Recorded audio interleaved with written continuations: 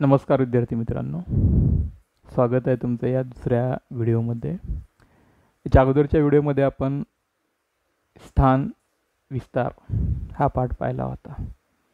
निश्चितच या पाठाचा तुम्हाला बराचसा फायदा झाला आहे. तर आज आपण पाहणार आहोत इयत्ता 10वी भूगोलाचा तिसरा पाठ, प्राकृतिक रचना व जलप्रणाली. या पाठाचा अभ्यास आपण 2 भागामध्ये करणार आहोत. पहिल्या भागामध्ये आपण प्राकृतिक रचना पाहणार आहोत आणि दुसऱ्या भागामध्ये आपल्याला पाहायचं आहे जलप्रणाली. प्राकृतिक रचनेमध्ये ब्राझील आणि भारत या 2 देशांची प्राकृतिक रचना आपल्याला पाहायची आहे. पण पाठाला सुरुवात करण्या अगोदर काही बाबींकडे लक्ष देणं आवश्यक आहे, कारण या पाठामध्ये नकाशा वाचन हे खूप महत्त्वाचं आहे. कारण भारत आणि ब्राझीलचे प्राकृतिक विभाग दाखवताना ज्या नकाशांचा वापर केला आहे, नकाशामध्ये ज्या रंगछटांचा वापर केला आहे, त्याचा अर्थ काय आहे किंवा त्या रंगछटा काय दर्शवतात, याचा आपल्याला सूक्ष्म विचार करणं आवश्यक आहे.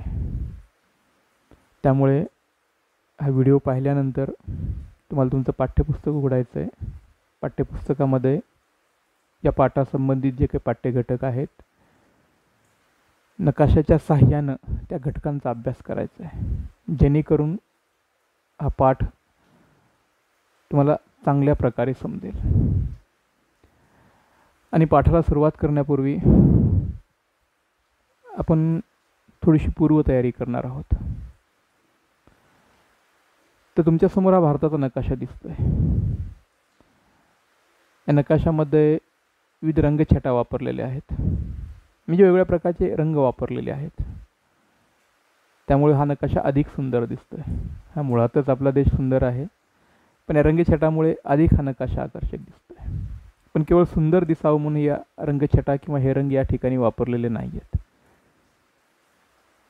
मग हे रंग काय दर्शवतात, या रंगछटा काय दर्शवतात, हे आपण थोडक्यात समजून घेऊ आणि नंतर आपण पाठाकडे वळू.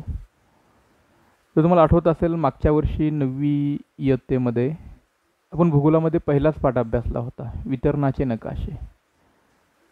त्यामध्ये एखाद्या प्रदेशाच्या किंवा देशाच्या नकाशामध्ये काही घटकांचं वितरण दाखवायचं असेल तर काही वितरण पद्धती वापरतात. याच प्रकारे या नकाशामध्ये देखील या रंगछटा या वितरण दाखवतात. भारताची प्राकृतिक रचना किंवा भारतीय भूमीचा उठाव दाखवण्याचं काम या ठिकाणी करतात. कारण आपण जाणतोच, कुठलाही भूभाग किंवा त्या भूभागाची रचना सर्वत्र सारखी नाही. तो भाग उंच सखल आहे. काही ठिकाणी तो उंच असेल, काही ठिकाणी तो सपाट सखल असेल, काही ठिकाणी खोल असेल. म्हणजे भूपृष्ठ हे सर्वत्र सारख्या रचनेचं नसतं. मग या भूपृष्ठाची उंची दाखवण्यासाठी, त्या प्रदेशातील त्या भूपृष्ठाची उंची दाखवण्यासाठी या रंगछटांचा वापर या ठिकाणी केलेला आहे. आणि मग या रंगछटा कोणत्या प्रदेशाची उंची किती दाखवतात हे आपल्याला सूचीच्याद्वारे लक्षात येईल. या ठिकाणी नकाशाच्या उजव्या कोपऱ्यामध्ये सूचीचा बॉक्स आहे. त्यामध्ये दिले उंची मीटरमध्ये. म्हणजे नकाशामध्ये जे रंग वापरलेले आहेत, जे छटा वापरलेले आहेत, त्या छटा त्या प्रदेशाची उंची मीटरमध्ये या ठिकाणी दाखवतात.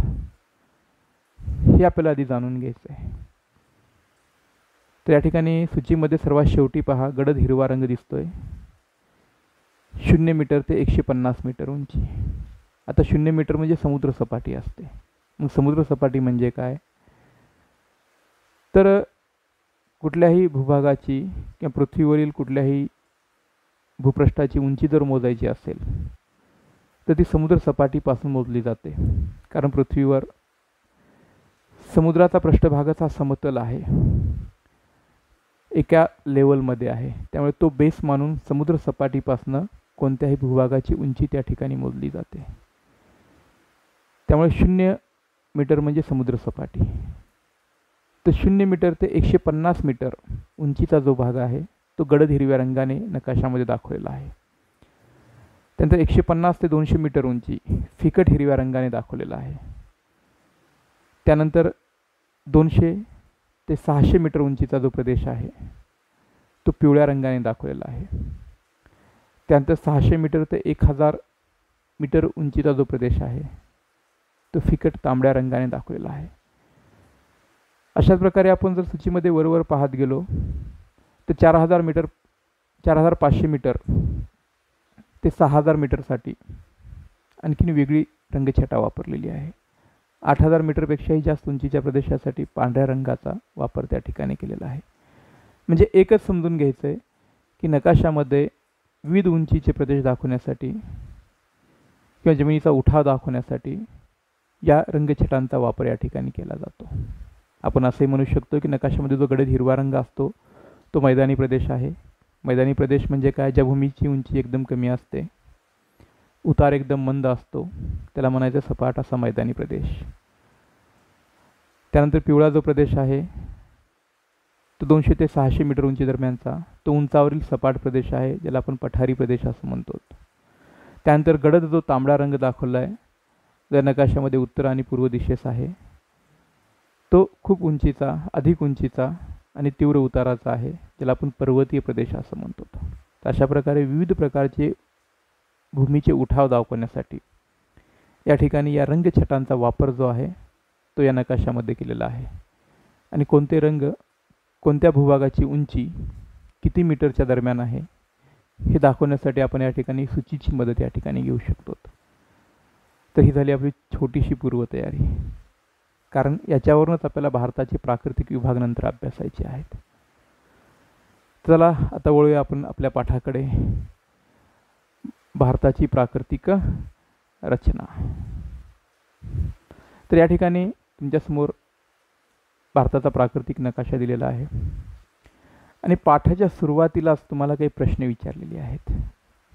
तुम्ही जेव्हा या पाठाचं पहिलं पेज पाठ्यपुस्तकामध्ये पाहाल हाच नकाशा आणि हेच प्रश्न त्या ठिकाणी दिलेले आहेत.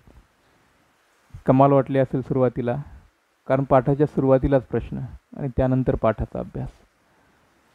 तर ही एक छोटीशी आणखीन पूर्वतयारी आहे. तर या नकाशाच्या साहाय्याने आपल्याला प्रश्नांची उत्तरं त्या ठिकाणी शोधायची आहेत. या ठिकाणी अगोदरच प्रश्नाच्या खाली त्याची उत्तरं दिलेली आहेत, तरी पण तुम्ही लक्षपूर्वक या नकाशाचं वाचन करायचं आहे आणि या प्रश्नांची उत्तरं आपल्याला शोधायची आहेत, कारण या पाठाचा पुढला जो भाग आहे याच्याशीच आधारित आहे. तर चला पाहू पहिला प्रश्न. भारतातील 6000 मीटरपेक्षा जास्त उंची असलेला भाग कोणत्या दिशेस आहे?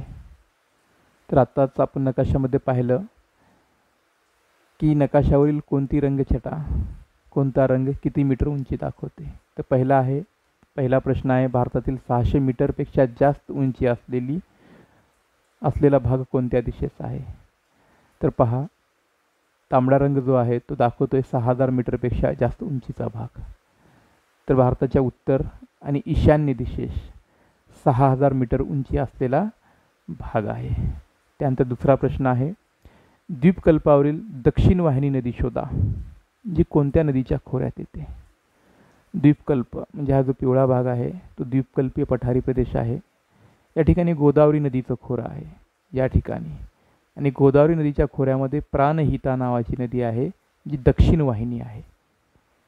आता नेमकं दक्षिण वाहिनी म्हणजे काय हा देखील एक प्रश्न निर्माण होऊ शकतो, कारण आपण भूगोलाचे अभ्यासक आहोत. प्रत्येक शब्द काय सांगतो हे आपल्याला कळायला पाहिजे. तर नदी उगम पावल्यानंतर ज्या दिशेला वाहते त्यावरून नदीची ओळख होते. समजा नदी उगम पावले आणि उत्तरेकडे वाहते आहे तर ही झाली उत्तर वाहिनी नदी. नदी उगम पावून पूर्वेकडे वाहते आहे ही झाली पूर्व वाहिनी नदी. नदी उगम पावून पश्चिमेकडे वाहते आहे पश्चिम वाहिनी. नदी उगमानंतर दक्षिणेकडे वाहत असेल तर ही झाली दक्षिण वाहिनी नदी. तर या प्रश्नाचं उत्तर आहे गोदावरी नदीच्या खोऱ्यामध्ये प्राणहिता नदी जी आहे ती द्वीपकल्पावरील दक्षिण वाहिनी नदी आहे जी दक्षिणेकडे वाहते. पुढचा प्रश्न आहे गडद हिरव्या रंगाने दाखवलेल्या उत्तरेकडील भूमीचा उतार कोणत्या दिशेस आहे? तर या ठिकाणी भारताच्या उत्तरेकडे गडद हिरव्या रंगाची जी भूमी आहे आता गडद हिरवा रंग म्हणजे आपण सूचीद्वारे पाहिले ज्या प्रदेशाची उंची 0 ते 150 मीटरच्या दरम्यान असते त्याला म्हणायचं मैदानी प्रदेश, आणि तो मैदानी प्रदेश जो आहे तो गडद हिरव्या रंगाने दाखवलेला असतो. तर गडद हिरव्या रंगाने दाखवलेली उत्तरेकडील भूमी जी आहे तिचा उतार जो आहे तो पूर्व दिशेचा आहे. एक सामान्य लॉजिक या ठिकाणी आपण वापरू शकतो, कारण पाणी हे कधी उताराच्या दिशेनं वाहतं, आणि या हिरव्या भूमीवर पाहू शकतो गंगा नदी आहे. गंगा आणि तिच्या उपनद्या वाहत आहेत, आणि नद्या वाहण्याची दिशा कुठे आहे? पूर्वेकडे आहे. त्यामुळे या भूमीचा उतार जो आहे तो कुठे आहे? पूर्वेकडे आहे. त्यानंतर पुढचा प्रश्न आपण पाहणार आहोत. अरवली पर्वत ते छोटा नागपूर पठारादरम्यान असलेल्या पठारांची यादी करा. त्या ठिकाणी द्वीपकल्पाच्या उत्तरेला अरवली पर्वत आहे, आणि या ठिकाणी द्वीपकल्पाच्याच पूर्वेकडे छोटा नागपूर पठार आहे. तर यांच्या दरम्यान अनेक छोटी छोटी पठारं आहेत. त्यामध्ये इथे मेवाड पठार, त्याच्या खालोखाल माळवा पठार, बुंदेलखंड पठार आणि बागेलखंड पठार. त्यानंतर पुढचा प्रश्न आहे, पूर्व घाटातील शिखराचे नाव सांगा. पूर्व घाट द्वीपकल्पाच्या पूर्वेकडे जो भाग आहे, जो डोंगराळ भाग आहे, पर्वतीय प्रदेश आहे, त्याला पूर्व घाट असं म्हणतात. पुढच्या प्राकृतिक विभागामध्ये यांचा आपल्याला सविस्तर अभ्यास करायचा आहे. तर पूर्व घाटामध्ये 2 शिखरं आहेत, ज्यामध्ये महेंद्रगिरी आणि मलयगिरी. त्यानंतर पुढचा प्रश्न आहे, ब्रह्मपुत्रेच्या सखल मैदानी प्रदेशाची सीमा कोणत्या पर्वतीय भागाने अंकित आहे? तर भारतीय भूमीवर ब्रह्मपुत्रेचं सखल मैदान या ठिकाणी आहे. हा पूर्वेचा जो आहे भाग तो ब्रह्मपुत्रेचा सखल म्हणजे सपाट असा मैदानी प्रदेश आहे. मग हा जो सखल मैदानी प्रदेश जो आहे तो कोणत्या पर्वतीय भागाने अंकित केलेला आहे? तर या ठिकाणी या सखल मैदानाच्या उत्तर, पूर्व आणि दक्षिण बाजूला आपण तांबडा जो भाग पाहतो तो अधिक उंचीचा आहे, आणि हा हिमालयीन पर्वतांचा भाग आहे. तर ब्रह्मपुत्रा नदीचा सखल मैदानी प्रदेश जो आहे तो हिमालय पर्वतांनी अंकित केलेला आहे किंवा सीमांकित केलेला आहे. त्यानंतर निलगिरी पर्वताचे सापेक्ष स्थान सांगा. तर या ठिकाणी द्वीपकल्पाच्या पश्चिमेला पश्चिम घाट नावाची पर्वतरांग आहे, आणि पूर्वेला पूर्व घाट आहे, आणि ज्या ठिकाणी पूर्व घाट आणि पश्चिम घाट एकत्रित येतात या ठिकाणी दक्षिणेला याच ठिकाणी निलगिरी पर्वत आहे. त्यानंतर पुढचा प्रश्न, सह्याद्री पर्वताची उंची कोणत्या दिशेने वाढत जाते? तर द्वीपकल्पाच्या पश्चिमेला सह्याद्री पर्वत आहे, उत्तर दक्षिण दिशेमध्ये पसरलेला, आणि या ठिकाणी आपण पाहू शकतो, आपण पाहिलं तांबडा रंग जो आहे तो जास्त उंचीचा प्रदेश, तीव्र उताराचा प्रदेश दाखवतो. सूचीद्वारे आपण याचा अभ्यास केला आहे किंवा त्याची उंची देखील आपण मीटरमध्ये पाहिले. तर या ठिकाणी आपण पाहू शकतो हा जो पश्चिम घाट आहे ज्याला सह्याद्री म्हणतो, उत्तरेकडून दक्षिणेकडे पसरलेला आहे, आणि दक्षिणेकडे हा तांबडा जो रंग आहे त्याची घनता वाढत जाते. त्यामुळे दक्षिणेकडे याची उंची जी आहे ती कशी जास्त या ठिकाणी आहे. त्यानंतर शेवटचा प्रश्न आहे, विंध्य पर्वत कोणत्या नदी खोऱ्यांचा जलविभाजक आहे? तर विंध्य पर्वताचं स्थान या ठिकाणी आहे, आणि विंध्य पर्वत जो आहे तो नर्मदा आणि गंगा नदी खोऱ्याचा जलविभाजक आहे. आता जलविभाजक म्हणजे काय? तर जलविभाजक म्हणजे भूपृष्ठावरील अशी उच्चभूमी की ज्या उच्चभूमीमुळे 2 किंवा त्यापेक्षा अधिक नद्यांचे प्रवाह मार्ग वेगवेगळ्या दिशांनी विलग होतात. म्हणजे विंध्य पर्वत जो आहे त्या भागातील सर्वात उंच अशी भूमी आहे, आणि त्या उंच भूमीमुळे तेथील नद्या ज्या आहेत त्या वेगवेगळ्या दिशेनं त्या ठिकाणी वाहतात. विंध्य पर्वताच्या पूर्वे उतारावरून गंगा वाहते, आणि पश्चिमेवरनं त्या ठिकाणी नर्मदा नदी त्या ठिकाणी वाहते. तर या प्रकारे आपण या प्रश्नांची उत्तरं शोधण्याचा प्रयत्न या ठिकाणी केलेला आहे. आता वळू आपण पाठाच्या पुढच्या भागाकडे. तर या ठिकाणी भारताचे प्राकृतिक विभाग दाखवणारा एक नकाशा तुमच्या समोर ठेवलेला आहे, ज्यामध्ये वेगवेगळ्या छाया पद्धतीचा वापर या ठिकाणी केलेला आहे. आपण भारताच्या 5 प्राकृतिक विभागाचा अभ्यास करणार आहोत, ज्यामध्ये पहिला विभाग आहे हिमालय. हा भारताच्या उत्तरेला पसरलं आहे, जे आपण सुरुवातीलाच पाहिलेलं आहे. हिमालय पर्वत जो असा या ठिकाणी पसरला आहे, जो काळ्या रंगाने या ठिकाणी दाखवलेला आहे. त्यानंतर भारताचा दुसरा प्राकृतिक विभाग आपल्याला पाहायचा आहे, उत्तर भारतीय मैदान. हिमालयाच्या दक्षिणेकडे जो सपाट असा मैदानी प्रदेश पसरलेला आहे, जो फिकट तपकिरी रंगाने दाखवलेला आहे किंवा छायेने दाखवलेला आहे, तो आहे उत्तर भारतीय मैदानी प्रदेश. त्यानंतर उत्तर भारतीय मैदानी प्रदेशाच्या दक्षिणेकडे हा जो पांढऱ्या छायेने भाग दाखवलेला आहे, तो आहे द्वीपकल्प. हा भारताचा तिसरा प्राकृतिक विभाग आपल्याला पाहायचा आहे. त्यानंतर भारताच्या पश्चिमेकडे अरबी समुद्र आहे, पूर्वेकडे बंगालचा उपसागर आहे. तर या किनाऱ्यालगत असलेला जो भारतीय भूमीचा भाग आहे, त्याला किनारी मैदान म्हणतात किंवा किनारपट्टीचा प्रदेश म्हणतात. पश्चिम किनारपट्टी आणि पूर्व किनारपट्टी. त्या दोन किनारपट्टीचा अभ्यास या ठिकाणी भारताचा चौथा प्राकृतिक विभाग म्हणून आपण करणार आहोत.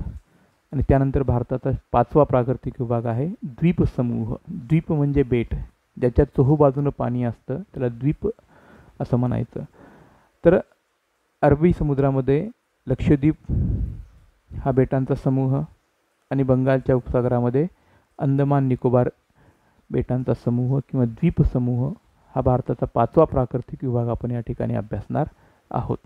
तर चला पाहूया भारताचा पहिला प्राकृतिक विभाग हिमालय, ज्याला उत्तरेकडील पर्वत असं देखील या ठिकाणी म्हटलं जातं. आता हिमालय म्हणजे एक पर्वत नसून किंवा एक पर्वत रांग नसून अनेक पर्वत रांगांचा समूह म्हणजेच आहे हिमालय. हिमालय हा एक अर्वाचीन वली पर्वत आहे. आता हिमालय हा अर्वाचीन म्हणजे काय? अर्वाचीन म्हणजे नवीन, नंतरच्या काळातील. तर आश्चर्य वाटेल किंवा हिमालय तर नंतरच्या काळातील नवीन कसा आहे?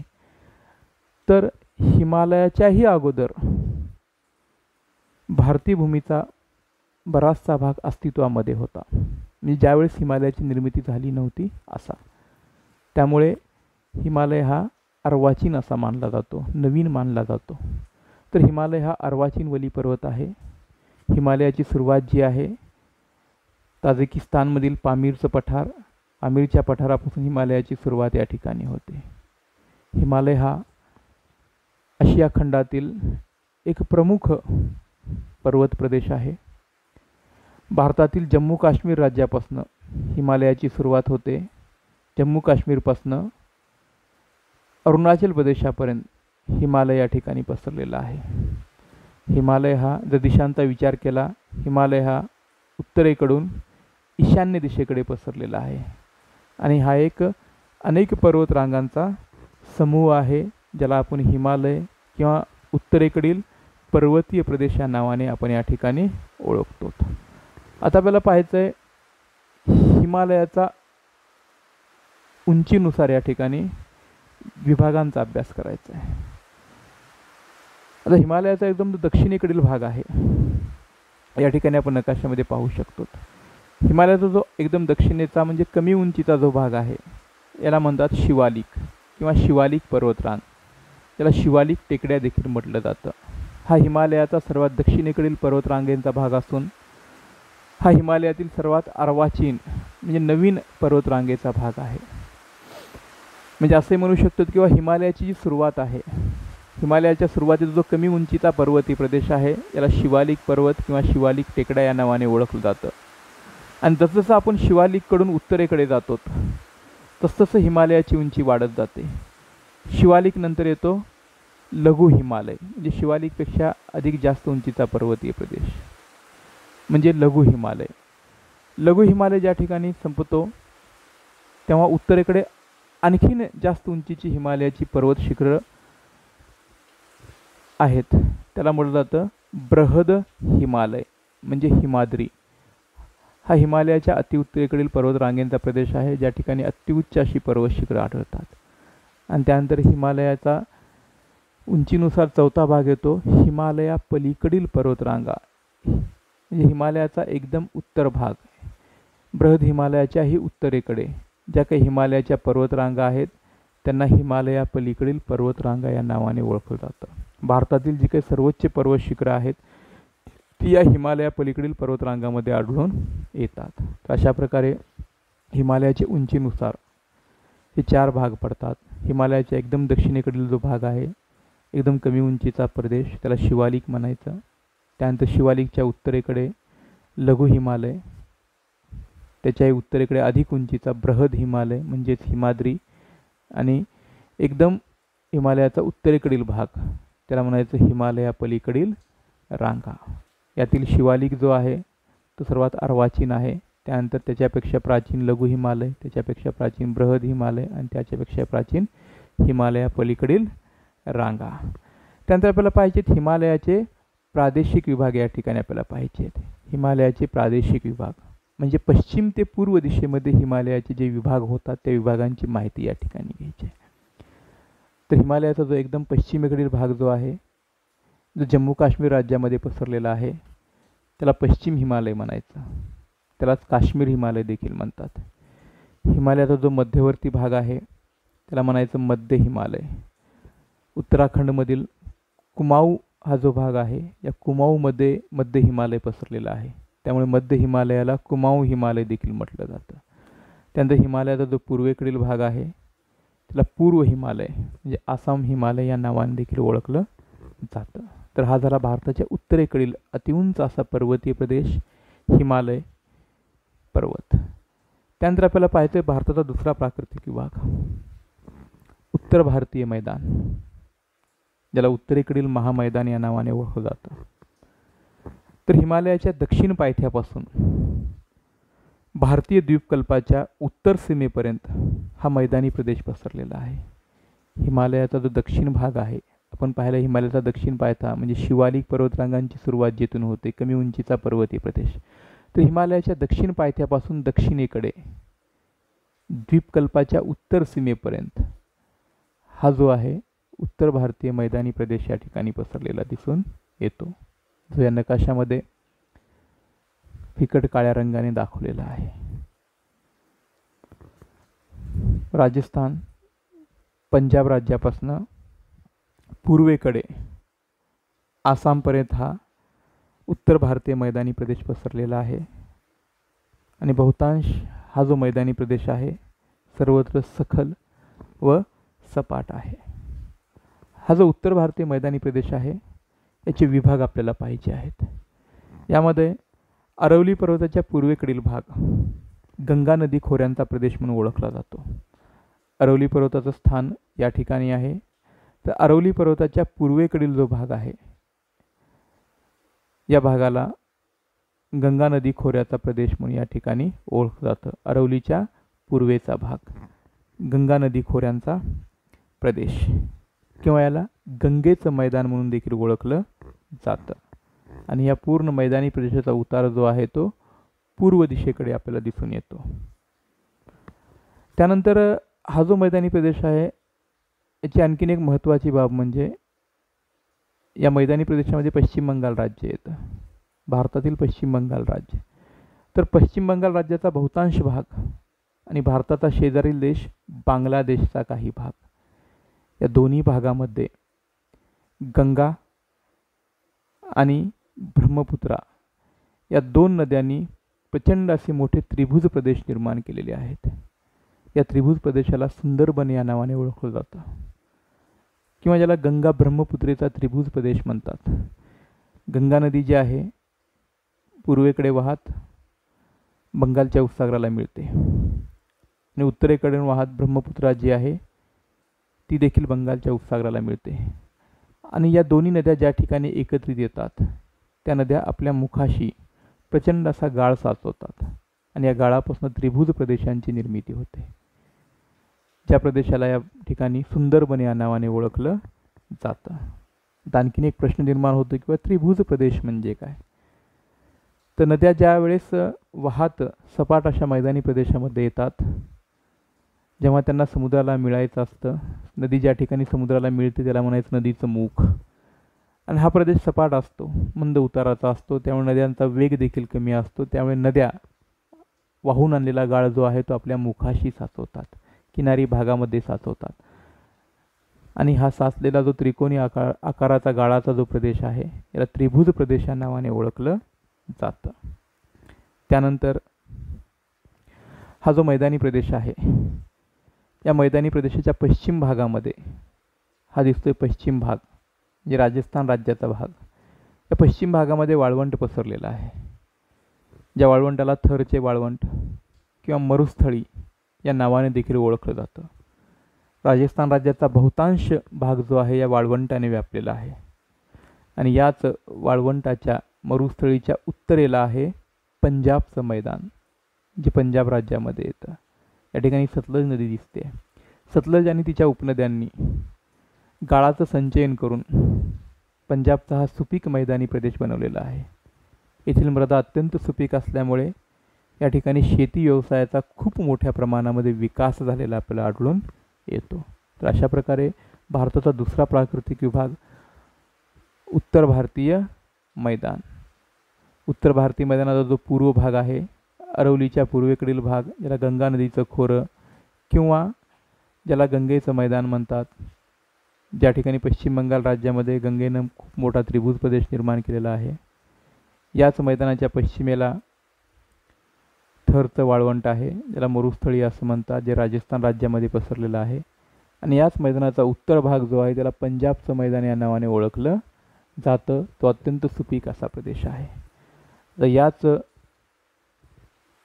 विभागाला अनुसरून काही महत्त्वाचे मुद्दे, ज्याचं स्पष्टीकरण मी तुम्हाला आत्ताच दिलं, ते या ठिकाणी दिले गेलेले आहेत. हे तुम्हाला व्यवस्थित वाचायचे आहेत आणि समजून घ्यायचे आहेत. त्यानंतर भारताचा तिसरा प्राकृतिक विभाग आपण पाहणार आहोत, द्वीपकल्प. तर उत्तर भारतीय मैदानाच्या दक्षिणेकडे पसरलेला आणि हिंदी महासागराकडे निमुळता होत जाणारा जो प्रदेश आहे त्याला द्वीपकल्प या नावाने ओळखलं जातं, किंवा ज्याला द्वीपकल्पीय पठार असं देखील म्हटलं जातं. उत्तर भारतीय मैदानाच्या दक्षिणेकडे व हिंदी महासागराकडे निमुळता होत जाणारा हा जो काही भूभाग आहे त्याला या ठिकाणी द्वीपकल्प या नावाने ओळखलं जातं. आता द्वीपकल्प नाव काय आहे हे तुम्हाला थोडंसं मला सांगावंसं वाटतं. द्वीप म्हणजे बेट, ज्याच्या चार बाजूनं पाणी आहे. पण हे आहे द्वीपकल्प, म्हणजे जमिनीचा समुद्रामध्ये गेलेला त्रिकोणी आकाराचा भाग, म्हणजे ज्याच्या तिन्ही बाजूला पाणी आहे. इकडे पाहतोय आपण अरबी समुद्र आहे, इकडे पाहतोय बंगालचा उपसागर आहे, आणि खाली आहे हिंदी महासागर. म्हणजे ज्या भूभागाच्या तिन्ही बाजूनं पाणी आहे त्याला म्हणायचं द्वीपकल्प. म्हणजे जवळजवळ द्वीपासारखा दिसणारा भाग, पण द्वीप नाही, बेट नाही. तर भारताचा जो तिसरा प्राकृतिक विभाग आहे त्याला म्हणायचं द्वीपकल्प. तर हा द्वीपकल्पीय प्रदेश जो आहे अनेक लहान मोठे पर्वत आणि अनेक लहान मोठ्या पठारांपासून बनलेला आहे, किंवा द्वीपकल्पावर अनेक लहान मोठे पर्वत आणि पठार या ठिकाणी दिसून येतात. तर सुरुवातीला माहिती घेऊ आपण या द्वीपकल्पावरील पर्वतांची. तर द्वीपकल्पाच्या उत्तर भागामध्ये अरवली पर्वत आहे. द्वीपकल्पाचा उत्तर जो भाग आहे या ठिकाणी अरवली पर्वत आहे. द्वीपकल्पाच्या मध्य भागामध्ये सातपुडा आणि सातपुडाच्याच खालोखाल विंध्य पर्वत या ठिकाणी पसरलेला आहे. आणि द्वीपकल्पाच्या पश्चिम भागामध्ये पश्चिम घाट आहे. हा जो भारतीय द्वीपकल्प आहे, द्वीपकल्पाची पश्चिम सीमा म्हणजे पश्चिम घाट आहे. या ठिकाणी दिसून येतोय गडद काळ्या रंगाने पश्चिम घाट दाखवलोय. द्वीपकल्पाच्या पश्चिमेकडे जो काही पर्वतीय प्रदेश पसरला आहे त्याला पश्चिम घाट म्हणायचं. आणि द्वीपकल्पाच्या पूर्वेकडे जो काही पर्वतीय प्रदेश आहे त्याला पूर्व घाट असं या ठिकाणी म्हटलं जातं. म्हणजे द्वीपकल्पाची पश्चिम बाजू आणि पूर्व बाजू या पश्चिम आणि पूर्व घाटांनी सीमांकित केलेली आपल्याला दिसून येते. त्यानंतर या द्वीपकल्पावर अनेक पठारं आहेत, आणि हे पठारं द्वीपकल्पावरील सपाट मैदानांना या ठिकाणी सीमांकित करण्याचं काम करतात. तर हा झाला भारताचा तिसरा प्राकृतिक विभाग द्वीपकल्प. आता पाठ्यपुस्तकामध्ये या द्वीपकल्पाच्या खाली सांगा पाहू म्हणून काही प्रश्न विचारलेले आहेत. त्याचा थोडक्यात आपण आढावा घेऊ. पहिला प्रश्न आहे, अरवली पर्वत कोणत्या दिशेला पसरला आहे? या ठिकाणी अरवली पर्वत द्वीपकल्पाच्या उत्तरेला आहे, जो नैऋत्य ईशान्य दिशेमध्ये या ठिकाणी पसरलेला आहे, नैऋत्येकडनं ईशान्येकडे. अरवली पर्वत कोणत्या नद्यांचा जलविभाजक आहे? तर अरवली पर्वत जो आहे गंगा व लुनी, मही या नद्यांचा जलविभाजक आहे. त्यानंतर पुढचा प्रश्न आहे, अरवली पर्वताच्या पूर्वेकडील पठारावरील पर्वतरांगांची नावे सांगा. तर अरवली पर्वताच्या पूर्वेकडे सातपुडा पर्वत आणि विंध्य पर्वत हे 2 पर्वत आहेत. त्यानंतर दख्खनच्या पठाराचा विस्तार कोणकोणत्या राज्यात दिसतो. द्वीपकल्पाचाच दक्षिणेकडील जो भाग आहे याला दख्खन किंवा दख्खनचं पठार या नावाने ओळखलं जातं, कारण द्वीपकल्पावर अनेक छोटी मोठी पठारे या ठिकाणी आहेत. त्यातीलच एक पठार दक्षिणेकडील त्याला म्हणायचं दख्खनचं पठार. तर हे दख्खनचं पठार महाराष्ट्र, कर्नाटक आणि तेलंगणा या 3 राज्यामध्ये पसरलेलं आहे. त्यानंतर पुढचा प्रश्न आहे, दख्खन पठाराच्या पश्चिमेस कोणती पर्वतरांग आहे. तर दख्खनचं जे पठार आहे त्याच्या पश्चिमेस आहे पश्चिम घाट, ज्याला सह्याद्री या नावाने ओळखलं जातं. त्यानंतर काही वर्णनात्मक प्रश्न आहेत. नकाशाद्वारे तुम्हाला या प्रश्नांची उत्तरं शोधण्याचा प्रयत्न करायचा आहे. त्यानंतर आपल्याला पाहायचे भारताचा पुढला प्राकृतिक विभाग किनारपट्टीचा प्रदेश. किनारपट्टी म्हणजे समुद्र किनारपट्टीचा जो प्रदेश आहे त्याला किनारपट्टीचा प्रदेश म्हणायचं, कारण भारताला सुमारे 7500 किलोमीटर लांबीची किनारपट्टी लाभलेली आहे. आपण पाहू शकतो या ठिकाणी भारताच्या पश्चिमेला अरबी समुद्र आहे आणि पूर्वेला आहे बंगालचा उपसागर. तर हा जो पूर्ण भाग आहे किनारपट्टीचा, तर भारताला जवळपास 7500 किलोमीटर लांबीचा किनारपट्टीचा प्रदेश लाभलेला आहे. द्वीपकल्पाच्या पूर्वेकडे आणि पश्चिमेकडे ही किनारपट्टी आहे. पश्चिमेकडे असलेली पश्चिम किनारपट्टी आणि पूर्वेकडे असलेली पूर्व किनारपट्टी. तर आपल्याला सुरुवातीला माहिती घ्यायची आहे पश्चिम किनारपट्टीची. हे द्वीपकल्पाची पश्चिम सीमा म्हणजेच पश्चिम घाट आणि पश्चिम घाटाच्याच पश्चिमेकडे समुद्र किनाऱ्यापर्यंतचा जो सपाट असा प्रदेश आहे त्याला म्हणायचं पश्चिम किनारपट्टीचं मैदान. तर अरबी समुद्राला लागून असलेलं खडकाळ व कमी रुंदीचा जो किनारा आहे त्याला पश्चिम किनारपट्टी असं म्हणतात. पश्चिम किनारपट्टी ही रुंदीने खूप कमी आहे. पश्चिम घाटातून अनेक डोंगराच्या रांगा ज्या आहेत किंवा डोंगरांच्या शाखा ज्या आहेत या किनारी भागापर्यंत आलेल्या आपल्याला दिसून येतात. आणि आणखीन एक सांगायचं वैशिष्ट्य, पश्चिम घाटातनं या ठिकाणाहून अनेक वेगवान पण छोट्या नद्या या ठिकाणी उगम पावतात आणि या किनारपट्टीच्या मैदानामध्ये वाहत जाऊन समुद्राला मिळतात. तर या नद्या लहान असतात पण प्रचंड वेगवान असतात. त्यामुळे या नद्या या किनारपट्टीच्या मैदानावर त्रिभुज प्रदेशांची निर्मिती करू शकत नाहीत, कारण पश्चिम घाटातून अत्यंत वेगाने वाहणाऱ्या नद्यांमुळे या ठिकाणी प्रचंड अशी किनारी भागामध्ये झीज होते आणि या झिजेमुळे या ठिकाणी या नद्या खाड्यांची निर्मिती करतात, त्रिभुज प्रदेश त्या निर्माण करत नाहीत. त्यानंतर आहे पूर्व किनारी मैदान. द्वीपकल्पाच्या पूर्वेकडे आहे पूर्व किनारी मैदान. तर पूर्व किनारी मैदान जे आहे बंगालच्या उपसागराला लागून आहे आणि हे पूर्णपणे हे पूर्व किनारी मैदान जे आहे गाळाच्या संचयनातून बनलेलं आहे, कारण पश्चिम घाटातून ज्या काही पूर्व वाहिनी नद्या वाहत आहेत ते याच पूर्व किनारपट्टीवरनं बंगालच्या उपसागराला मिळतात. पूर्व घाटातून ज्या काही नद्या वाहत आहेत ते याच किनारपट्टीवरनं बंगालच्या उपसागराला मिळत आहेत. आणि जेव्हा या नद्या किनारी भागामध्ये येतात तेव्हा जमिनीचा उतार मंद असल्यामुळे वाहून आणलेला गाळ जो आहे तो आपल्या मुखाशी साचवतात आणि या ठिकाणी प्रचंड मोठा असा त्रिभुज प्रदेश, गाळाचा प्रदेश या ठिकाणी निर्माण करतात. त्यामुळे हा पूर्व किनारपट्टीचा जो भाग आहे तो पूर्णपणे नद्यांनी वाहून आणलेल्या गाळाच्या संचयनातून तयार झालेला आहे. या ठिकाणी नद्यांच्या मुखाशी त्रिभुज प्रदेश आढळतात. नदीचं मुख म्हणजे नदी ज्या ठिकाणी समुद्राला मिळते त्या भागाला नदीचं मुख म्हणायचं. आणि किनारी भागामध्ये जमिनीचा उतार एकदम मंद असल्यामुळे नद्याचा वेग देखील कमी असतो. त्यामुळे नद्या आपल्या मुखाशी प्रचंड मोठ्या प्रमाणामध्ये गाळाचं संचयन करतात. त्यामुळे हा पूर्व किनारपट्टीचा जो प्रदेश आहे तो पूर्णपणे गाळाच्या संचयनातून तयार झालेला आहे. त्यानंतर आपल्याला पाहायचं आहे भारताचा पुढचा प्राकृतिक विभाग द्वीपसमूह. तर द्वीप म्हणजे बेट ज्याच्या चोहोबाजूनं पाणी आहे. तर या द्वीपाचं वर्गीकरण 2 भागामध्ये केलं जातं. पहिलं आहे किनारी द्वीप किंवा किनारी बेटं आणि सागरी बेटं किंवा सागरी द्वीपसमूह. भारताची जी मुख्य भूमी आहे, मुख्य भूमीला किनाऱ्याशी लगत जी बेटं आहेत त्यांना किनारी बेटं या नावाने ओळखलं जातं आणि जी समुद्रामध्ये बेटं आहेत त्यांना सागरी बेटं म्हणून ओळखलं जातं. तर भारताच्या पश्चिम दिशेला जो अरब सागर आहे, अरबी समुद्रामध्ये जो काही बेटांचा समूह आहे त्याला लक्षद्वीप समूह या नावाने ओळखलं जातं. तर अरबी समुद्रामध्ये असलेले लक्षद्वीप बेटे, लक्षद्वीप बेटे जी आहेत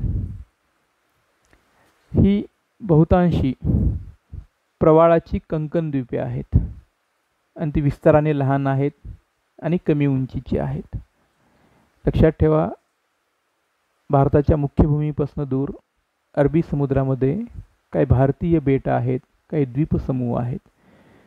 अरबी समुद्रामध्ये असलेला द्वीपसमूह लक्षद्वीप या नावाने ओळखला जातो आणि ही जी लक्षद्वीप बेटं आहेत ही प्रवाळाची कंकण द्वीपे आहेत.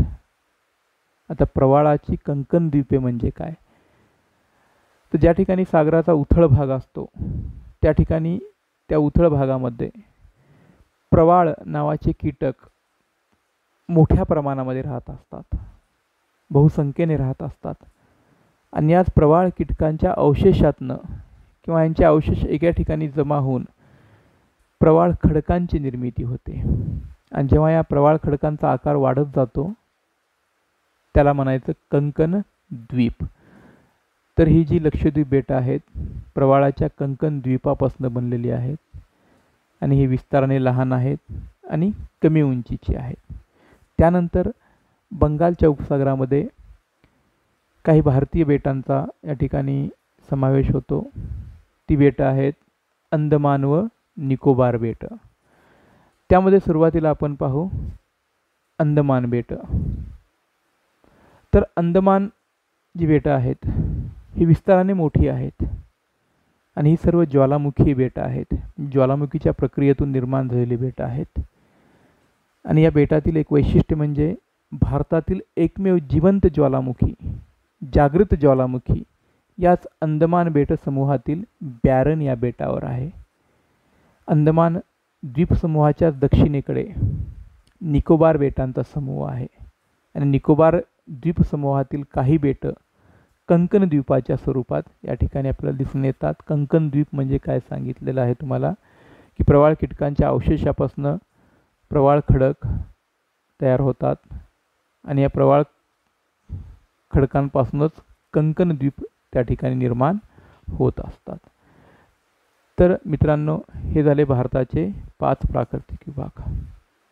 परत एकदा सांगतोय, पाठ्यपुस्तकातील नकाशाचा, भारताच्या प्राकृतिक रचनेचा जो नकाशा आहे त्याचा अभ्यास करायचा, त्याचं वाचन करून त्यामध्ये दिलेली सूची आणि रंगछटांचा अभ्यास करून भारताचे हे 5 प्राकृतिक विभाग लक्षात ठेवायचे आहेत. भारताच्या एकदम उत्तरेचा जो भाग आहे त्याला हिमालय म्हणतो. तो भारतातील 6000 मीटरपेक्षाही जास्त उंचीचा पर्वतीय प्रदेश आहे. त्यानंतर हिमालयाच्या पायथ्यालाच दक्षिणेकडे गडद हिरव्या रंगाने दाखवलेला उत्तर भारतीय मैदानी प्रदेश आहे. त्याचे विभाग लक्षात ठेवायचे आहेत. त्यानंतर उत्तर भारतीय मैदानाच्या दक्षिणेकडे द्वीपकल्पीय पठार किंवा द्वीपकल्प आहे. द्वीपकल्पाच्या पश्चिमेला पश्चिम घाट आणि पूर्वेला पूर्व घाट आहे. त्यानंतर पुढला प्राकृतिक विभाग आहे किनारी मैदान, ज्यामध्ये अरबी समुद्र किनाऱ्यालगतचा जो काही सपाट भाग आहे तो पश्चिमी किनारी मैदान आणि बंगालच्या उपसागरालगतचा जो काही भारतीय भूमीचा भाग आहे तो आहे पूर्व किनारी मैदान. तर या प्रकारे हा भाग जो आहे तुम्ही लक्षात ठेवायचा आहे. जास्तीत जास्त सखोलपणे याचा अभ्यास तुम्हाला करायचा आहे. तर आता पुढे पाहणार आहोत आपण ब्राझीलची प्राकृतिक रचना. ज्या प्रकारे आपण भारतीय भूमीच्या प्राकृतिक रचनेचा अभ्यास केला, आता आपल्याला पाहायचे ब्राझीलची प्राकृतिक रचना. तर तुमच्यासमोर ब्राझीलचाही एक प्राकृतिक नकाशा आहे. ज्या प्रकारे आपण पाहिलं होतं की भारताच्या नकाशामध्ये विविध रंगछटांचा वापर केलेला आहे आणि या रंगछटा त्या त्या प्रदेशाची उंची त्या ठिकाणी दाखवत आहेत. त्याचप्रकारे ब्राझीलच्या नकाशामध्ये देखील अनेक रंगछटा आहेत आणि सूचीमध्ये या रंगछटा त्या प्रदेशाची उंची मीटरमध्ये दाखवत आहेत. तर ते आपल्याला पाहायचं आहे. सुरुवातीला आपण एकदा नकाशा पाहून घेऊ. याच्यामध्ये गडद हिरवा रंग आहे. निश्चितच तो कमी उंचीचा मंद उताराचा सपाट असा मैदानी प्रदेश आहे. त्याची उंची दिलेली आहे 0 ते 200 मीटर उंची समुद्रसपाटीपासून. नंतर फिकट हिरवा जो आहे तो दाखवतोय 200 ते 500 मीटर उंचीचा प्रदेश. तोही नकाशामध्ये फिकट हिरवा रंग दिसतोय. त्यानंतर 500 ते 1000 मीटर उंचीचा प्रदेश जो आहे तो पिवळ्या रंगाने सूचीमध्ये दाखवलेला आहे, नकाशामध्ये दाखवलेला आहे. पहा, ब्राझीलच्या दक्षिण आणि पूर्वेकडे पिवळा रंग त्या ठिकाणी दिसतोय. निश्चितच तो ब्राझीलमधील पठारांचा भाग असेल, कारण भारताच्या नकाशामध्ये आपण पाहिलं द्वीपकल्प हा जो पठारी प्रदेश आहे पिवळ्या रंगाने दाखवलेला आहे.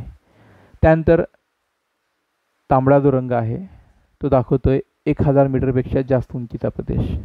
या ठिकाणी पहा, ब्राझीलच्या दक्षिण आणि पूर्व बाजूला काही ठिकाणी तांबडा रंग दिसतोय. निश्चित त्या ठिकाणी तो ब्राझीलमधील उंच प्रदेश म्हणजे डोंगराळ किंवा पर्वतीय प्रदेश या ठिकाणी आहे. तर या प्रकारेच आपल्याला काय करायचं आहे, ब्राझीलच्या प्राकृतिक विभागांचा या ठिकाणी आपल्याला अभ्यास करायचा आहे. पण सूचीमध्ये एक वेगळी बाब तुमच्या लक्षात आली असेल किंवा दिसत असेल.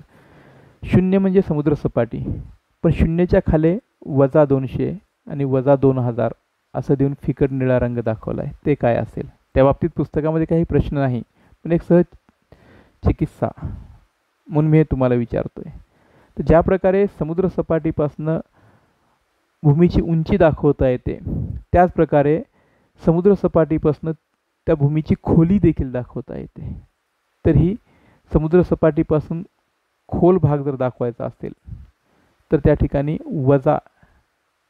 -200 -2000 अशा प्रकारे तो दाखवला जातो. म्हणजे समुद्रसपाटीपासून -200 मीटर म्हणजे समुद्रसपाटीपासून खोल असलेला भाग किंवा समुद्रसपाटीपेक्षा खाली असलेला भाग या ठिकाणी दाखवण्यासाठी हे -200 -2000 या ठिकाणी दिलेलं आहे.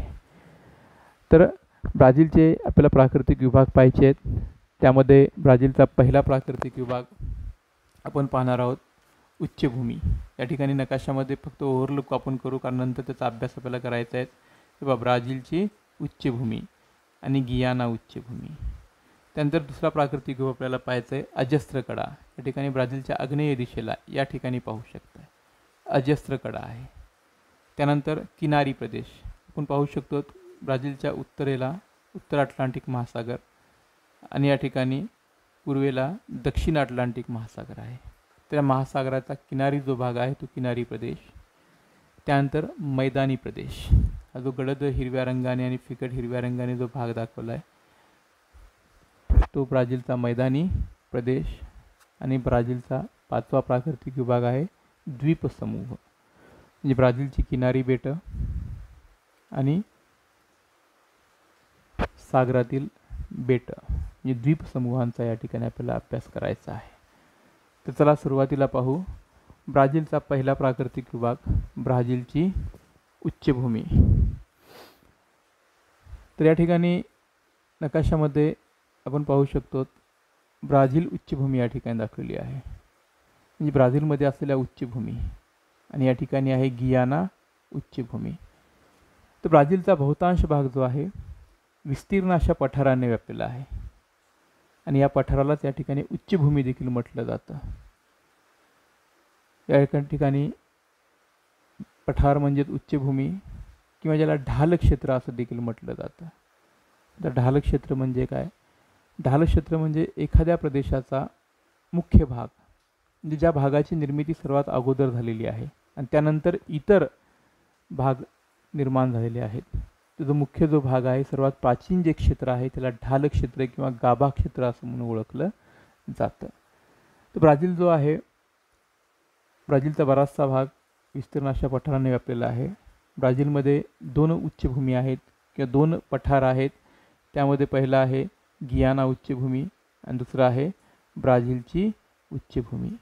या दोन्ही उच्चभूमींना किंवा दोन्ही पठारांना अमेरिकी खंडातील गाभा क्षेत्र मानली जातात. आता आपल्याला माहिती घ्यायची आहे गियाना उच्चभूमीची. ब्राझीलच्या उत्तरेला गियाना उच्चभूमी आहे या ठिकाणी. आता गियाना उच्चभूमी जी आहे, गियाना उच्चभूमीचा खूप थोडा भाग जो आहे तो ब्राझील देशामध्ये आहे आणि हिचा बहुतांश भाग जो आहे ब्राझीलचा शेजारील देश आहे व्हेनेझुएला. तर गियाना उच्चभूमीचा बराचसा भाग जो आहे तो व्हेनेझुएलामध्ये पसरला आहे आणि थोडासा भाग गियाना उच्चभूमीमध्ये पसरला आहे. आणि गियाना उच्चभूमी अशीच पूर्वेकडे फ्रेंच गियानापर्यंत पसरलेली दिसून येते. जरी ब्राझीलचा किंवा गियाना उच्चभूमीचा थोडासा भाग जरी ब्राझीलमध्ये जरी असला तरी याच ठिकाणी ब्राझीलचं सर्वोच्च पर्वत शिखर जे ब्राझील आणि व्हेनेझुएला यांच्या सीमेवर आहे ते याच भागामध्ये आहे. त्या सर्वोच्च पर्वत शिखराचं नाव आहे पिको दी नेब्लिना आणि ज्याची उंची आहे 3014 मीटर. त्यानंतर उच्चभूमीचा दुसरा भाग आहे ब्राझीलमधील दुसरी उच्चभूमी ब्राझील उच्चभूमी. ब्राझीलचा दक्षिण आणि पूर्व जो भाग आहे या भागामध्ये या ब्राझीलच्या उच्चभूमीचा विस्तार आहे. ब्राझीलच्या उच्चभूमीची उंची जी आहे ती दक्षिणेकडे जास्त आहे. या ठिकाणी आपण पाहू शकतो दक्षिणेकडे जो तांबडा भाग दिसतो या पठारावर किंवा या पिवळ्या भागावर तो जास्त उंचीचा प्रदेश आहे. तर या उच्चभूमीची उंची दक्षिणेकडे जास्त आहे. या ठिकाणी जवळपास 1000 मीटर उंचीचा भाग या ठिकाणी आढळतो. आणि जसं आपण या उच्चभूमीच्या उत्तरेकडे जाऊ तसं तसं या उच्चभूमीची उंची आपल्याला कमी कमी झालेली आढळून येते. हा जो भाग आहे याची जास्त उंची दक्षिणेकडे आहे आणि उत्तरेकडे उंची कमी कमी होत जाते. ज्या भूमीचा उतार जो आहे तो उत्तरेकडे आहे असं आपल्याला मानता येईल. या उत्तरेकडील उतारावर अमेझॉन आणि तिच्या उपनद्यांनी अनेक ठिकाणी धावत्या व धबधब्यांची निर्मिती केलेली आपल्याला दिसून येते. आणि या भूमीवरनं वाहणाऱ्या नद्या ज्या आहेत पुढे वाहत जाऊन अटलांटिक महासागराला मिळतात. उच्चभूमीचा जो दक्षिण भाग आहे या दक्षिण भागावरनं पॅराग्वे, पॅराना आणि उरुग्वे या नद्यांचा उगम होतो. आणि या नद्या या उच्चभूमीच्या दक्षिण भागामधून उगम पावतात आणि पुढे ब्राझीलच्या शेजारील देश अर्जेंटिनामध्ये या नद्या प्रवेश करतात. उच्चभूमीचा जो पूर्व उतार आहे, उच्चभूमीचा पूर्वेकडील हा जो भाग आहे याचा उतार एकदम तीव्र आहे. म्हणजे तीव्र अशा कड्याच्या स्वरूपामध्ये या उच्चभूमीचा पूर्वेकडील उतार आपल्याला दिसून येतो. हा झाला ब्राझीलचा दुसरा प्राकृतिक विभाग, ब्राझीलची उच्चभूमी. त्यानंतर आपण जाणार आहोत ब्राझीलच्या तिसऱ्या प्राकृतिक विभागाकडे. त्याचं नाव आहे अजस्त्र कडा.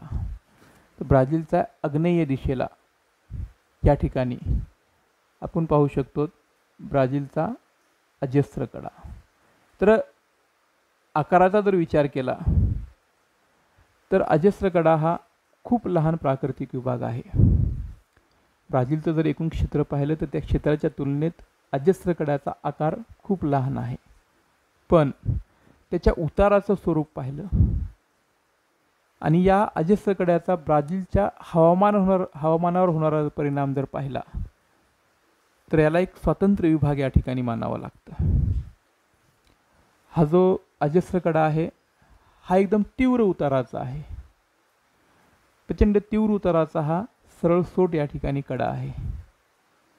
कारण ब्राझीलची जी उच्चभूमी आहे या उच्चभूमीचा उतार या पूर्व भागामध्ये एकदम तीव्र होतो.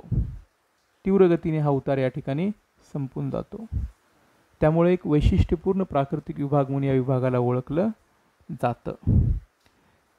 साओ पावलो ते पोर्तो अलेग्रेच्या भागात ब्राझीलच्या उच्चभूमीची जी उंची आहे ती एकदम सरळ उतारामध्ये संपते आणि यामुळेच या अजस्त्र कड्याची निर्मिती झालेली आपल्याला दिसून येते. आता हा जो अजस्त्र कडा आहे साओ पावलो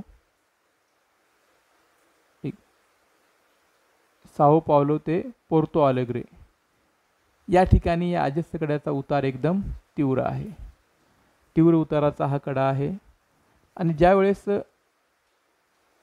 अटलांटिक महासागराहून म्हणजे आग्नेय दिशेनं बाष्पयुक्त वारे ब्राझीलच्या भूमीकडे वाहतात तर या सरळसोट किंवा उंचीच्या कड्यामुळे हे बाष्पयुक्त वारे जे आहेत या ठिकाणी या कड्याला अडवली जातात. कारण तुम्हाला माहितीच आहे समुद्राहून जे वारे वाहतात ते बाष्पयुक्त वारे असतात. आणि हे बाष्पयुक्त वारे जेव्हा भूमीवर वाहतात, जमिनीवर येतात, त्यावेळेस पाऊस पाडतात. पण आग्नेय दिशेकडून येणारे, अटलांटिक महासागरातून येणारे हे बाष्पयुक्त वारे जे आहेत, हे वारे या अजस्त्र कड्याला या ठिकाणी अडतात आणि ज्या बाजूने अडतात त्या ठिकाणी प्रचंड असा पाऊस देतात. पण त्यातील बाष्प याच ठिकाणी संपून जातं. पण हे वारे अजस्त्र कड्याच्या विरुद्ध बाजूला पाऊस देऊ शकत नाहीत, कारण बाष्पयुक्त वारे अजस्त्र कड्याच्या या बाजूला अडतात, तिथेच पाऊस देतात. आणि पलीकडे हे वारे जेव्हा पोहोचतात तेव्हा त्यांच्यातील बाष्पाचं प्रमाण एकदम कमी झालेलं असतं. त्यामुळे या अजस्त्र कड्याच्या विरुद्ध बाजूचा जो भाग आहे त्या ठिकाणी पावसाचं प्रमाण हे सतत कमी असतं.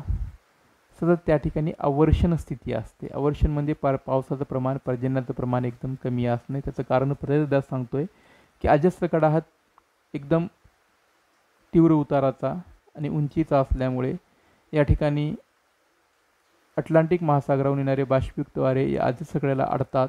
ज्या बाजूने अडतात त्याच ठिकाणी पाऊस देतात. पलीकडे हे बाष्पयुक्त वारे पुरेसे पोहोचू शकत नाहीत. त्यामुळे अजस्त्र कड्याची विरुद्ध बाजू जी आहे, या विरुद्ध बाजूला पावसाचं प्रमाण अत्यंत कमी असतं आणि अशा प्रदेशाला पर्जन्य छायेचा प्रदेश म्हणून ओळखलं जातं किंवा ज्याला वात विन्मुख प्रदेश असं म्हणतात. आणि ब्राझीलचा हा जो प्रदेश आहे याला अवर्षण चतुष्कोन या नावाने देखील ओळखलं जातं. तर असा हा ब्राझीलचा वैशिष्ट्यपूर्ण अजस्त्र कडा. त्यानंतर आपल्याला पाहायचं आहे ब्राझीलचा पुढचा प्राकृतिक विभाग, किनारी मैदान. तर ब्राझीलला सुमारे 7400 किलोमीटर लांबीचा किनारी भाग लाभलेला आहे आणि या किनारपट्टीचे 2 भाग केले जातात, उत्तर किनारी प्रदेश आणि पूर्व किनारी प्रदेश. तर उत्तर किनारी प्रदेश जो आहे तो अमापापासून, ब्राझीलमधील एक राज्य अमापापासून पूर्वेकडे रिओ ग्रांडे दो नॉर्ते या ठिकाणापर्यंत जो हा जो किनारी भाग आहे त्याला ब्राझीलचा उत्तर किनारी प्रदेश असं म्हणतात. आणि तेथून पुढे दक्षिणेकडे जो किनारी प्रदेश आहे त्याला पूर्व किनारा म्हणून ओळखलं जातं. म्हणजे ब्राझीलच्या उत्तरेकडील जो भाग आहे त्याला उत्तर किनारा म्हणायचं आणि ब्राझीलचा पूर्वेचा जो किनारी भाग आहे त्याला पूर्व किनारी प्रदेश या नावाने ओळखलं जातं. हा जो उत्तर किनारा आहे, उत्तर किनाऱ्यावर अमेझॉन आणि अनेक नद्या या किनाऱ्यावरनं अटलांटिक समुद्राला मिळतात. त्यामुळे नद्यांनी वाहून आणलेल्या गाळामुळे हा उत्तर किनारी भाग जो आहे तो एकदम सखल प्रदेश म्हणून ओळखला जातो. याच उत्तर किनाऱ्यावर मॉराजा बेट आहे, जे नद्यांनी वाहून आणलेल्या गाळापासून निर्माण झालेला आहे. याच ठिकाणी माराजा उपसागर आहे आणि याच ठिकाणी साओ मार्कोस नावाचा आणखीन एक उपसागर या ठिकाणी नकाशामध्ये दिसून येतोय. त्यानंतर ब्राझीलचा पूर्व किनारी प्रदेश, तर रिओ ग्रांडे दो नॉर्तेपासनं म्हणजे अमापापासून रिओ ग्रांडे दो नॉर्तेपर्यंत उत्तर किनारी प्रदेश आणि रिओ ग्रांडे दो नॉर्तेपासून दक्षिणेकडे जो पसरलेला किनारी भाग आहे त्याला पूर्व किनारी प्रदेश या नावाने ओळखलं जातं.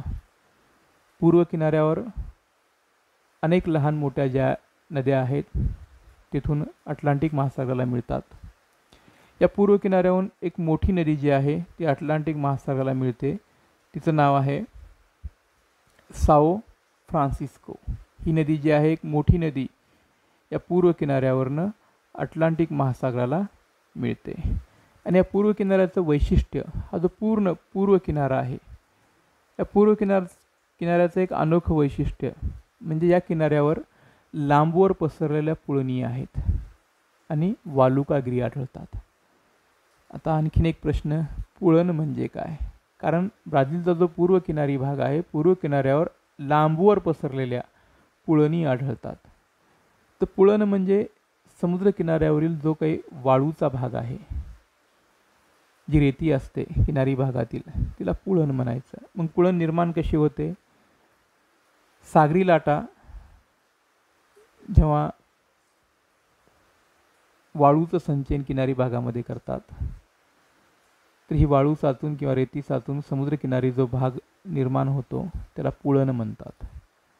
पुळणसाठी एक इंग्रजीमध्ये सोपा शब्द आहे बीच, त्यालाच मराठी म्हणायचं बीचलाच पुळण.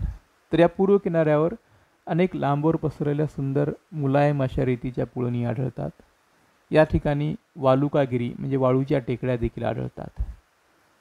आणि या किनारी भागावर प्रवाळ कट्टे आणि प्रवाळ बेटं आहेत, त्यामुळे या किनाऱ्याचं रक्षण होत असतं. हा झाला ब्राझीलचा किनारी प्रदेश. त्यानंतर ब्राझीलचा पुढला प्राकृतिक विभाग आहे मैदानी प्रदेश. तर ब्राझीलमधील मैदानी प्रदेश जो आहे 2 विभागामध्ये दिसून येतो.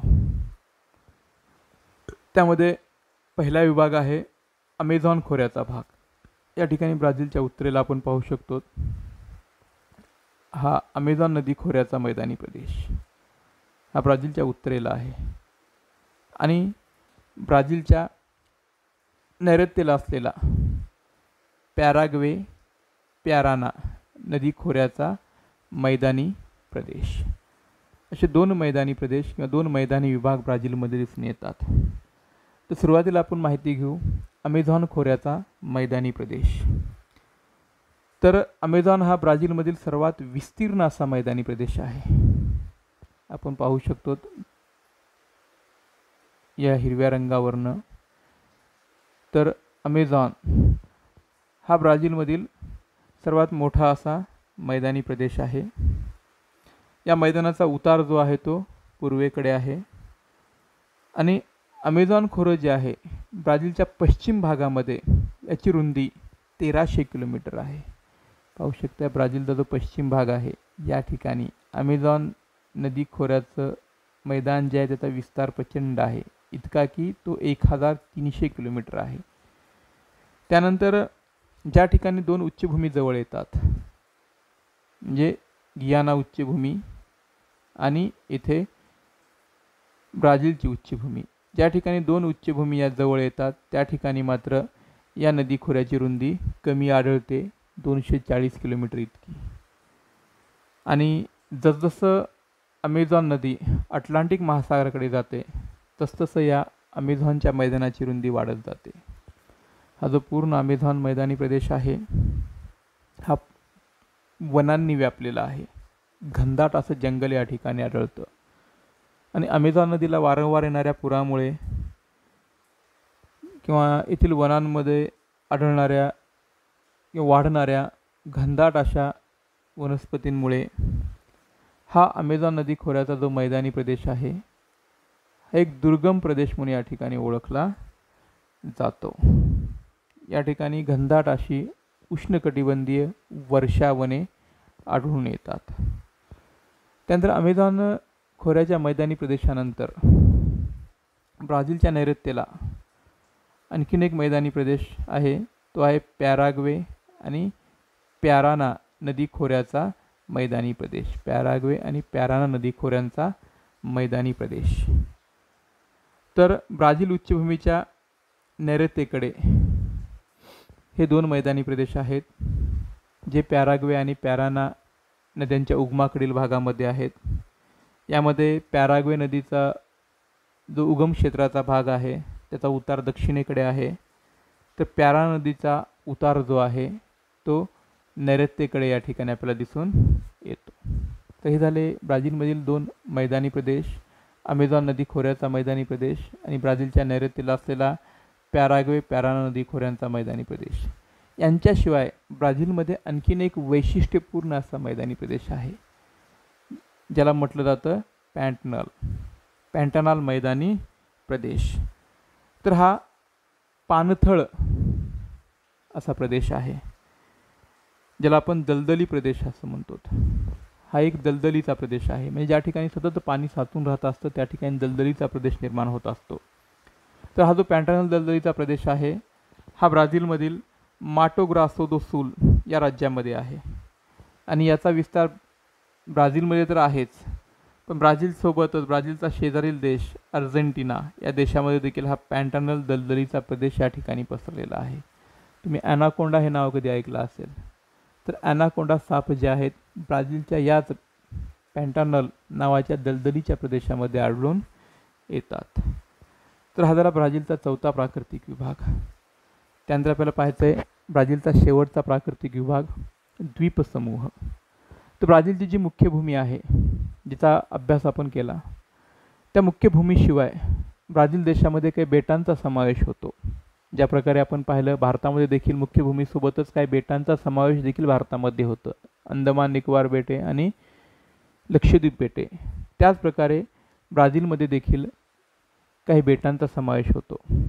त्यामध्ये काही किनारी बेटं आहेत आणि काही सागरी बेटं आहेत. किनारी जी बेटं आहेत ती नद्यांनी वाहून आणलेल्या गाळाच्या संचयनातून निर्माण झालेली आहेत आणि सागरी बेटं जी आहेत ब्राझीलच्या मुख्य भूमीपासून दूर समुद्रामध्ये 300 किलोमीटरपेक्षा दूर अंतरावर आहेत. ब्राझीलला जो समुद्र लाभलेला आहे अटलांटिक महासागर, तर ब्राझीलच्या मुख्य भूमीपासून 300 किलोमीटर दूर अंतरावर अटलांटिक महासागरामध्ये ब्राझीलमधील सागरी बेटं दिसून येतात. आता ही ब्राझीलची सागरी बेटं जी आहेत ते पूर्णपणे खडकाळ आहेत आणि ते जलमग्न डोंगराच्या माथ्याचे भाग आहेत. आता जलमग्न डोंगर म्हणजे काय? समुद्र तळाशी ज्या काही डोंगर रांगा आहेत त्या डोंगर रांगाचाच शिखरांचा भाग पाण्याच्या पृष्ठावर दिसतो, त्यालाच म्हणायचं जलमग्न डोंगर माथे म्हणायचं. तर ब्राझीलची जी काही सागरी बेटं आहेत ती जलमग्न डोंगराच्या माथ्याचे भाग आहेत. त्यानंतर दक्षिण अटलांटिक महासागराच्या किनारी भागामध्ये प्रवाळ बेटे आणि कंकन द्वीप या ठिकाणी आढळून येतात. तर ही झाली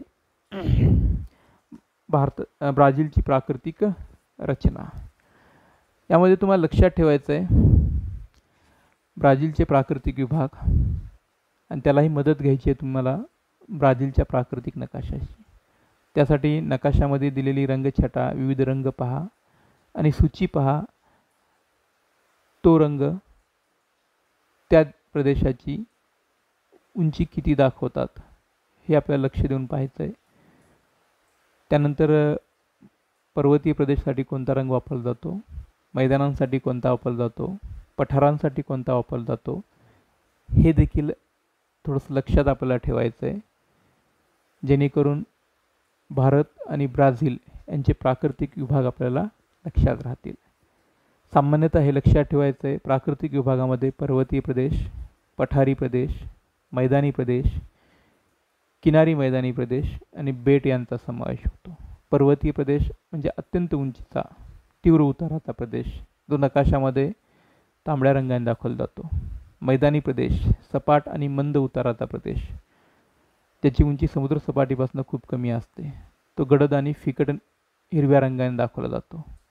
पठारी प्रदेश म्हणजे उंचावरील सपाट आणि टेकड्यांनी व्यापलेला प्रदेश, हा पिवळ्या रंगाने दाखवला जातो.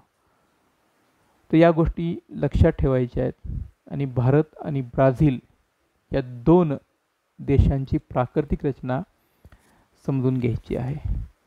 त्यानंतर आपण येणार आहोत या पाठाच्या शेवटच्या भागाकडे, द्वैतांचे रंग. पाठाच्या म्हणण्याऐवजी आपला जो या पाठाचा पहिला भाग आहे त्या पहिल्या भागाचा शेवट, द्वैतांचे रंग. द्वैत म्हणजे दोन. दोन कोण? ब्राझील आणि भारत. तर आतापर्यंत जो ब्राझील आणि भारताच्या प्राकृतिक रचनेचा आपण अभ्यास केला, दोन्ही देशांच्या नकाशाचा अभ्यास केला, तर त्या नकाशांचा व त्या नकाशामध्ये दिलेल्या सूचींचा आपल्याला उपयोग करायचा आहे. म्हणजे पहा, नकाशे जे आहेत भारत प्राकृतिक नकाशा आणि ब्राझील प्राकृतिक नकाशा जे दोन्ही तुमच्या समोर आहेत, या दोन्ही नकाशांचा आणि या नकाशामध्ये दिलेल्या सूचींचा आपल्याला अभ्यास करायचा आहे आणि काही प्रश्नांची उत्तरं आपल्याला या ठिकाणी शोधायची आहेत. तर चला प्रयत्न करूया. सर्वोच्च उंची असलेले प्रदेश त्या त्या देशात कोणत्या भागात जास्त आहेत? म्हणजे ब्राझील आणि भारत या दोन्ही देशामध्ये सर्वोच्च उंची असलेले प्रदेश कोणत्या भागामध्ये आहेत? तर पहा, सुरुवातीला पाहू भारत. तर भारतामध्ये सर्वोच्च उंची असलेला प्रदेश कुठे आहे? तर भारताच्या उत्तर भागामध्ये आहे, त्याला आपण हिमालय असं म्हणतो. 6000 मीटरपेक्षाही जास्त उंचीचा तो प्रदेश आहे. आणि ब्राझील, तर ब्राझीलमध्ये सर्वोच्च उंचीचा प्रदेश कोणत्या भागामध्ये आहे? तर आग्नेय भागामध्ये आहे. ब्राझीलची उच्चभूमी जी आहे, उच्चभूमीवर जो काही लालसर रंग दिसतोय तो ब्राझीलमधील जास्त उंचीचा भाग दाखवतो. त्यामुळे भारताच्या उत्तर भागात आणि ब्राझीलच्या आग्नेय भागामध्ये सर्वोच्च उंची असलेला प्रदेश आहे. त्यानंतर कोणत्या देशात उंचीची कक्षा जास्त आहे? ब्राझील आणि भारत या दोन देशापैकी कोणत्या देशामध्ये प्रदेशाच्या उंचीची कक्षा जास्त आहे? तर याचं उत्तर आहे भारत. कारण ब्राझीलमध्ये आपण पाहिलं सर्वात उंचीचा भाग जो आहे पिको दो नेब्लिना, हे सर्वोच्च शिखर आहे 3014 मीटर उंचीचं. तर भारतामध्ये 6000 मीटरपेक्षाही जास्त उंचीचे पर्वत शिखर आहेत. त्यामुळे भारतामध्ये उंचीची कक्षा ही ब्राझीलपेक्षाही जास्त आहे. त्यानंतर पुढचा प्रश्न आहे, दोन्ही देशातील उंचीच्या सर्वोच्च गटांची तुलना करा, तुम्हाला त्यात काय फरक दिसतो? तर दोन्ही देशातील उंचीचा सर्वोच्च गट यांची तुलना करायची आहे. तर भारतामध्ये सर्वोच्च उंचीचा गट जो आहे तो 6000 ते 8000 मीटर उंचीचा आहे. तो भारताच्या उत्तरेकडे आहे, हिमालयाचा भाग आहे. आणि ब्राझीलमध्ये सर्वोच्च उंचीचा गट जो आहे 1000 ते 2000 मीटरच्या दरम्यान या ठिकाणी आपल्याला दिसून येतो. म्हणजे भारतामध्ये सर्वोच्च उंचीचा गट जास्त आहे, म्हणजे जास्त उंचीचा प्रदेश आहे. आणि ब्राझीलमध्ये भारताच्या तुलनेत सर्वोच्च उंचीचा गट आढळून येत नाही, कारण येथील भूभागाची उंची भारताच्या तुलनेमध्ये खूप कमी आपल्याला दिसून येते. त्यानंतर पुढचा प्रश्न आहे, ब्राझीलमधील अमेझॉन नदीच्या खोऱ्यातील जमिनीचा उतार सर्वसाधारणपणे कोणत्या दिशेस आहे? तर उत्तर दिशेस आहे. त्यानंतर पुढचा प्रश्न आहे, भारतातील दख्खन पठाराचा सर्वसाधारण भूउतार कोणत्या दिशेस आहे? तर दख्खनच्या पठाराचा उतार जो आहे तो पूर्वेकडे आहे, पश्चिम दिशेकडे आहे. भारतातील दख्खन पठाराचा सर्वसाधारण भूउतार जो आहे तो पश्चिम दिशेकडे आहे. त्यानंतर शेवटचा प्रश्न आहे, दोन्ही देशातील पर्जन्यछायेचे प्रदेश कोठे आहेत ते सांगा. ब्राझील आणि भारत या दोन्ही देशातील पर्जन्यछायेचे प्रदेश कोठे आहेत? तर ब्राझीलमधील पर्जन्यछायेचा प्रदेश आपण पाहिला, अजस्र कडा ज्या ठिकाणी आहे इथे हा जो आहे ब्राझीलमधील पर्जन्यछायेचा प्रदेश आहे. कारण अजस्र कड्याला समुद्रावर येणारे वारे जे आहेत, बाष्पयुक्त वारे याच ठिकाणी अजस्र कड्याला अडतात. त्यामुळे बाष्पयुक्त वारे ब्राझीलच्या या दिशेला पोहोचू शकत नाहीत. त्यामुळे इथे पावसाचं प्रमाण कमी असतं. त्यामुळे हा पर्जन्यछायेचा प्रदेश आहे. आता याच प्रकारे भारतामध्ये पर्जन्यछायेचा प्रदेश कुठे आहे? तर भारतामध्ये पश्चिम घाट जो आहे सह्याद्री, हा सह्याद्री पर्जन्यछायेचा प्रदेश निर्माण करतो. कारण अरबी समुद्राहून जे काही बाष्पयुक्त वारे येतात, जे मोसमी वारे येतात, या ठिकाणी पश्चिम घाटाला अडतात. आणि ज्या बाजूने ते अडतात त्या बाजूला प्रचंड पाऊस देतात. म्हणजे पश्चिम घाट आणि हा जो किनारी मैदानी प्रदेश आहे, ज्याला आपण महाराष्ट्रामध्ये कोकण म्हणतो, तर या किनारी मैदानी प्रदेशामध्ये आणि पश्चिम घाटाला हे वारे आल्यामुळे या पश्चिम घाटामध्ये प्रचंड असा पाऊस पडतो. म्हणजे ज्या बाजूने वारे अडतात त्याच बाजूला प्रचंड पाऊस होतो. आणि हे वारे जेव्हा पश्चिम घाटाच्या पूर्व दिशेला पोहोचतात त्यावेळेस या वाऱ्यातील बाष्पाचं प्रमाण कमी झालेलं असतं. त्यामुळे या पश्चिम घाटाच्या पूर्वेला हे वारे जास्त पाऊस देत नाहीत. त्यामुळे या भागाला काय म्हणतात, पश्चिम घाटाच्या पूर्व भाग जो आहे त्याला पर्जन्यछायेचा प्रदेश म्हणून या ठिकाणी ओळखलं जातं. अशा प्रकारे या दोन भागांचा, ब्राझील आणि भारत या दोन देशाच्या प्राकृतिक रचनाचा आपण अभ्यास या ठिकाणी केलेला आहे. धन्यवाद मित्रांनो. नक्कीच